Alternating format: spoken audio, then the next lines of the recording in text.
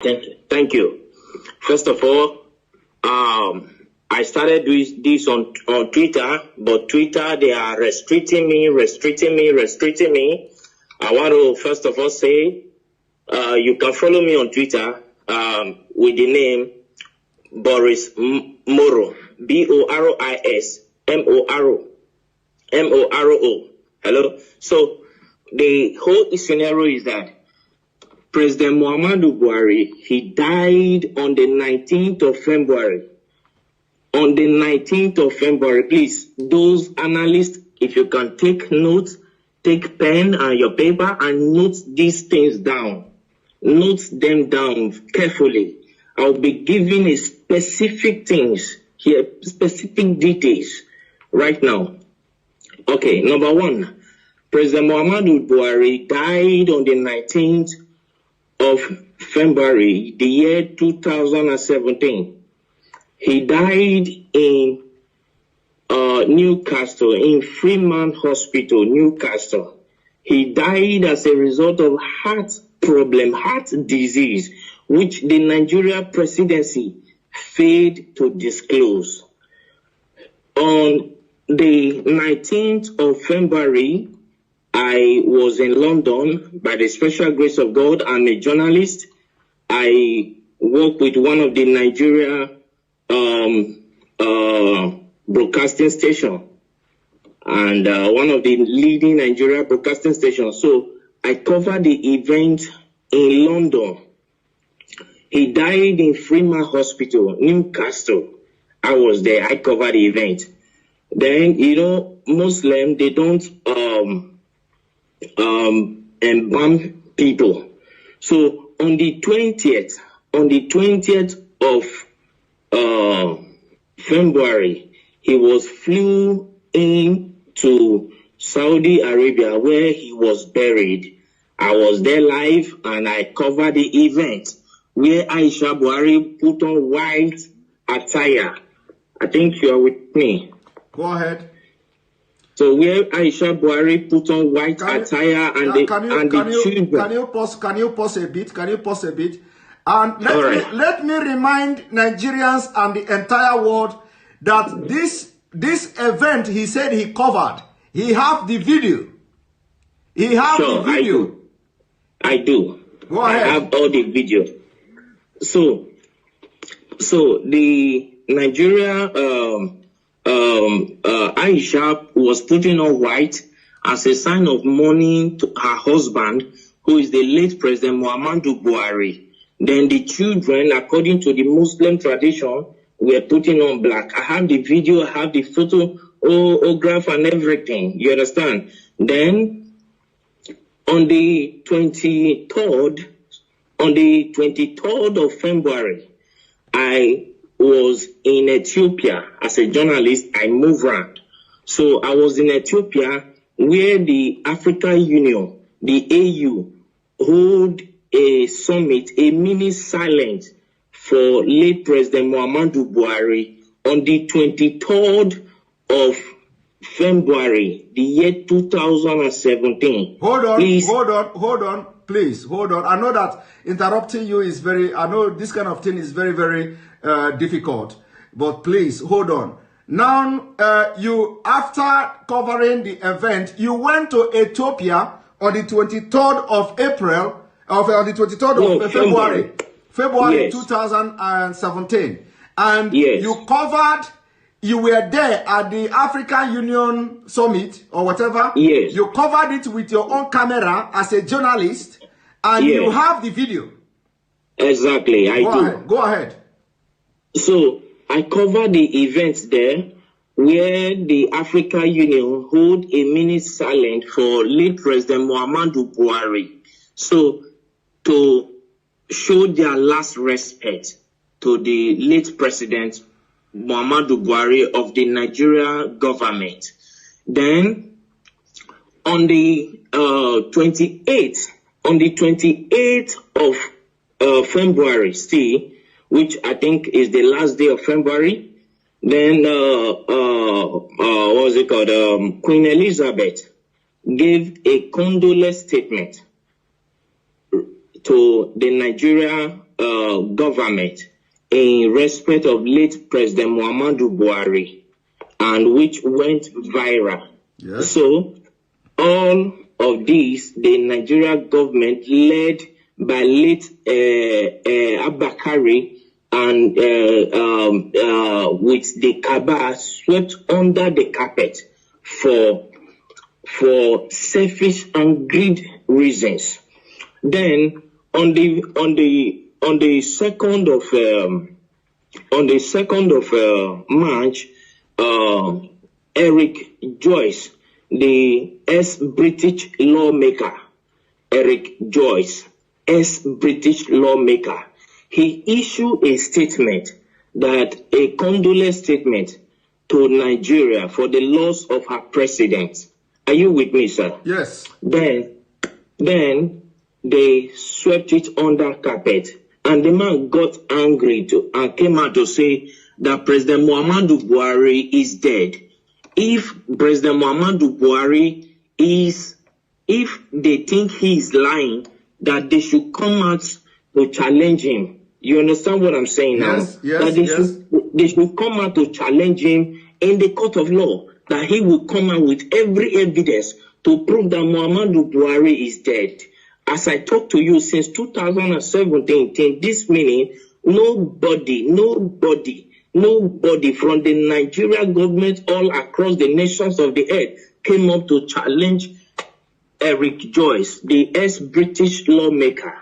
That went by. Then on April 17th, one American journalist by name Mark Smith, he came up to say that the corruption going on in Nigeria is unbearable, that he can only imagine how the Nigerians are surviving in that country, that there is corruption everywhere. You understand? So we just talked over all this. But what actually prompted me to come up to this tonight is, one, the Nigerian youth have been suffering 60 years of independence, 60 years of suffering and smiling, and yet the government is taking them for granted. Now the Nigerian youth, they came up to say, no, enough is enough.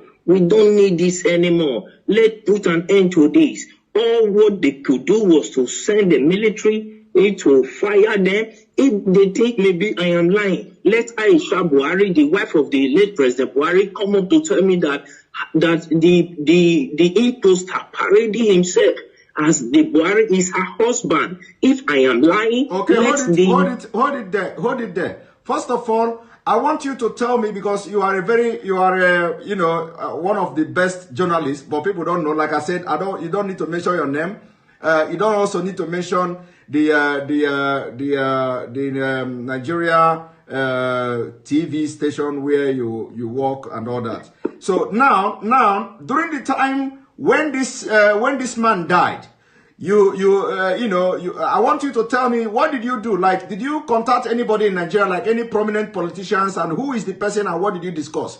And can you tell us why, what happened that the Nigerian media didn't carry out the news, including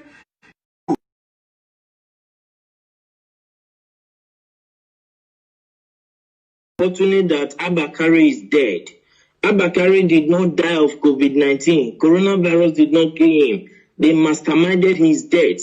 That is number one. I have proof for everything I'm saying, because I am a media personnel, and for me to say whatever thing, I know I can prove it anywhere on the earth. You understand what I'm saying? First and foremost, when after that we came to Nigeria and we tried to publish the news.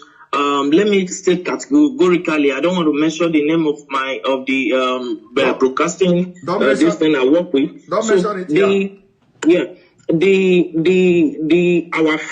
Our firm was suspended by the National Broadcasting Commission, NCC, NBC, National Broadcasting Commission, suspended our firm, our broadcasting station from airing because we carried the news. Because then you were, because, because they know, they have information that you were there.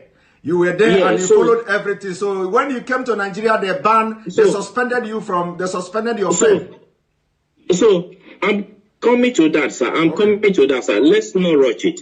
Late Abakari called me to Aso Rock. You understand what I'm saying? Yes. So I flew into Abuja to go and see him, and he told me that if I can keep quiet, that my safety to be alive will be guaranteed, and for my generation to come, no, we suffer again as a result of the bribe he was offering me. You understand what I'm saying? Yes. So I told him, accepting bribe is not the problem, but my conscience will judge me till I die. Yes. So I cannot do that. And to God who made me, I'm saying this categorically, and God Almighty is my witness. I did not take a dime from him. So I left. Then I called Bola Tinubu Asiwaju, the Lagos State richest man on earth. Let me use the word. So I called him on his MTN line. I can call the line now, the MTN line that I use in reaching him. I can say it here. The number is 080-622-40104. That is the number I use in calling Bola Tinubu Asiwaju. So I called him on phone to tell him about the development, and he came on to tell me that I should shut up, I should keep quiet, and so many other trash and nonsense that he told me that at the end of the day, I was suspended from my work. You understand? As a journalist. Okay, hold it there. So you called Bola Ahmed Tinubu to tell Tinubu, of course you normally call him too. This is not the first time you are calling him, by the way. We normally communicate. Okay, so you called him on this number you called now, 080-622-40104. Yes. And then he tell you to shut up and tell you a lot of things. He specifically, I can still remember, I still have the record of that conversation. You understand? Because as a journalist, you keep record of things, because years to come you might need it. You understand me? Okay. So I still have the record of that conversation. So when I called him, he told me that Nigeria is not like other countries. That Nigeria hymns of affair revolve and must continue to revolve around the cycle. You understand now? He told me that it must continue to revolve around the cycle, that the system of governance in Nigeria is different from every system of governance in the world, on earth, that in Nigeria, transparency is something that they don't toy with, that they try to hide everything, that it's not everything the masses must know. It's not everything the masses, the people of Nigeria must be aware of. Are you getting what I'm saying, sir? Yes, So he told me, and he offered me money too. He offered me a bribe. He said, as long as I kept quiet, then I called the vice president too, Yemi Osibanjo. You called the vice president too? Okay. Yes, I have his contact, but I for security reasons, I wouldn't want to disclose his contact to the public. You understand what I'm saying? Yes, go ahead. If you needed one, I can give it to. No need. Just go ahead. No need. So I called Professor Yemi Osibanjo. I called him. I went to his office to meet him in Aso Rock in Abuja. So when I got there, and I told him, sir, we understood, because I was the one that covered that news. I'm from so place. I introduced myself to him, and he welcomed me. He sat me down. I told him this according to the law that I know, because my father is in Nigeria. You understand me now? My father is in Nigeria. My mother is from the British. Is from England. So I I told him that according to the laws that are known in Nigeria, when the president died, the vice president automatically will become the president. You understand? As a way of moving the country forward. He said that the Nigerian government is not run in that system.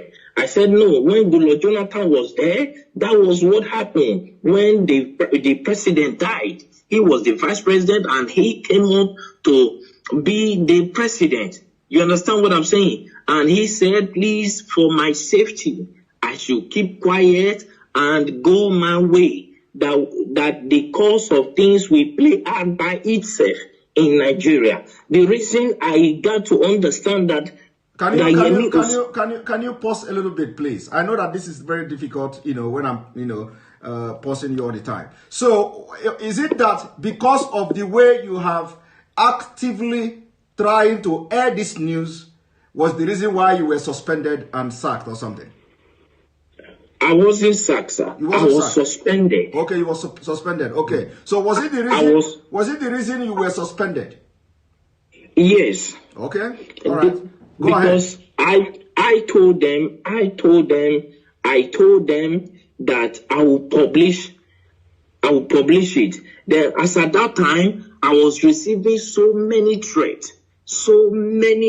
Like seriously, people started threatening my life, threatening me here and there. Then I called, El-Rufai,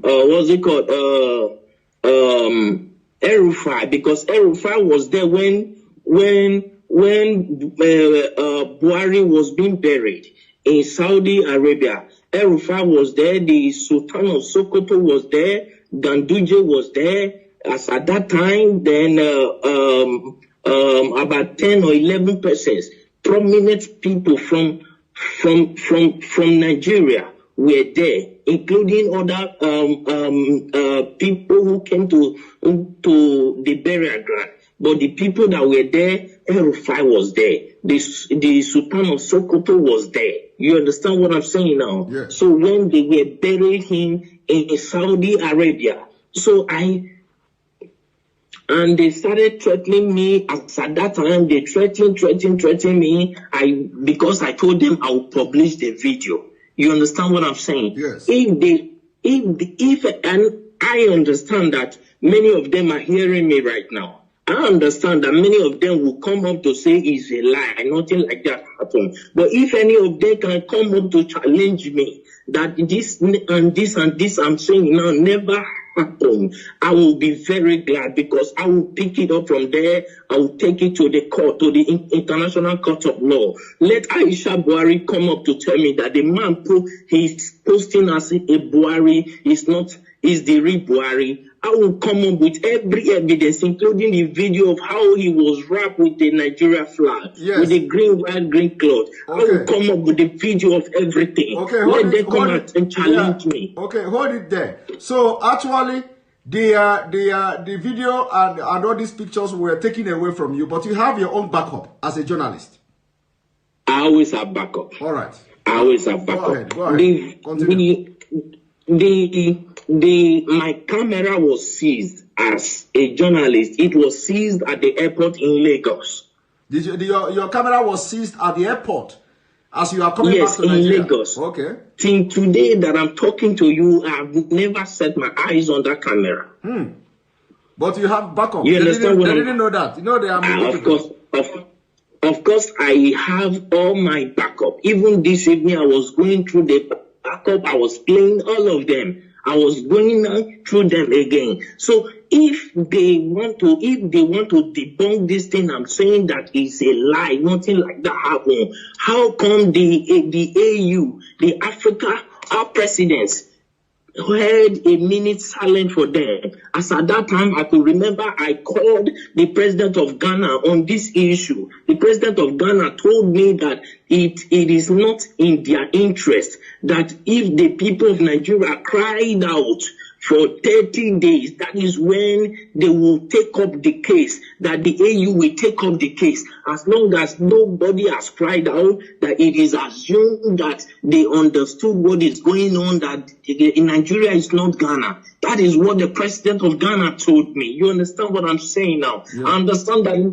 many of them are hearing me right now. Let any one of them come up to challenge me. I went to Ethiopia. I spoke with a prime minister, with one of the lawmakers there, and he told me that it is not in their interest. Then I accused him of being bribed. If not, he would have come up with an action, because he is the secretary of the AU, of the African Union. You understand me now? As at then.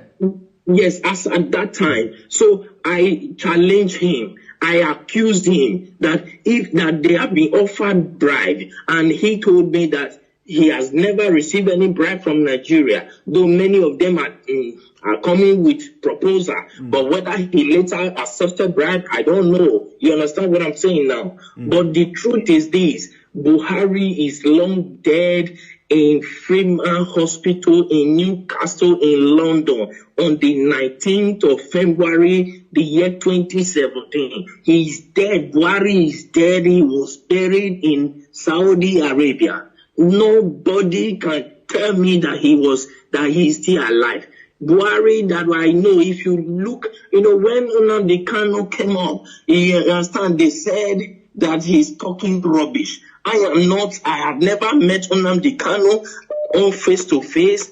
He doesn't even know me. He doesn't even know whether I'm fair or black. He doesn't know me. And I've never given him anything. He has never given me anything. You understand now? But the truth is, as a journalist, I swore an oath to stand by the truth at all times. Irrespective of what may be at stake, I swore an oath to God and to humanity. And now you no longer work with this television station, and now because of what is going on in Nigeria, you are ready to shatter the table. If I am not answerable to any Nigerian authority, you understand now? When I was suspended, I was waiting if my suspension would be lifted. I waited for a period of 6 months. My suspension was not lifted. Then I resigned. I sent them my resignation letter. Then I left. I started my own firm by myself. You understand me now? Which I am growing by the special grace of God. You understand what I'm saying now? Then what we do, because a lot of people, of course, a lot of people are demanding that we are not going to discuss here, whether we are going to, how we're going to bring video to start flashing and stuff like that, because we want to be killing them, slowly.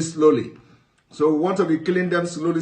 It is not going to be boom. So a lot of people are saying we should bring the video, We are not going to respond to that at this point, whether we are going to bring the video or not. But so long as they are following the program, following what we're doing, the videos and evidences will be dropping bit by bit. All right. Thank you very much. Issue is, thank you, sir. Please, I want to say something, sir. Okay, go ahead. Thank you very much. I appreciate you. I appreciate what you are doing, and I appreciate the good people of Nigeria who stood up to say, no, we cannot face this anymore. I appreciate all of you. But one thing we must understand is the spirit of unity has to be strong in the Nigeria youth. You understand what I'm saying? Because any protest that does not last for 30 days cannot draw the attention of the European Union and the African Union. You understand now? Yes. So if I'm saying this to the Nigeria youth so that they will understand what they are doing. You understand? Because right now, revolution is what is needed. That is why the Nigeria government are doing everything to block everywhere. That is why they paid people to go and shoot. Those are the people, those are the military. The military that Buhari ordered the shooting, and the governor of Lagos State, Sanwo-Olu said that there was, at first I watched him, he said there was nothing like that. Then I called him on the phone. That was day before yesterday. You called someone on the phone. You called someone on the phone the day before yesterday. I have their number. I called him on the phone and I asked him, why are you saying this? It is obvious across the nations of the earth. Why are you saying this? People will come after you. The Nigerian youths that I know there are calm, but when you toy with their simplicity, they will come after you. You understand what I'm saying? Yes. Then I believe that was later when he came up to say that they thought nobody died, but he began to look for possible means to change his mouth. Then I called Bola Asiwaju. Then when I learned that he was in France, I flew into France to go and see him, but I was not allowed to see him in his France mansion. You understand? Then I called him on his phone. His phone was switched off and he couldn't attend to my call. Then I went to his LinkedIn page. Yeah, I went to his LinkedIn page to contact him. And when I contacted him, he told me that he was never the one that ordered the shooting, though he was aware of it. I was asking him, why did you order people to remove that camera? He said he was not the one, that it was the governor, Sanwo-Olu, that ordered them to remove it. That nobody can remove it except the governor signed it. So the governor of Lagos State, he was aware of what will happen. He was aware that soldiers were going there. He let any of them come up to say this is not true, and I will publish the voice notes, the voice recording through LinkedIn that I communicated with Asiwaju Bola Tinubu. You understand what I'm saying tonight? Yes. Thank you very much. You know, some people will be saying, "Oh, this thing is not adding up." You know, sometimes when you are in the field,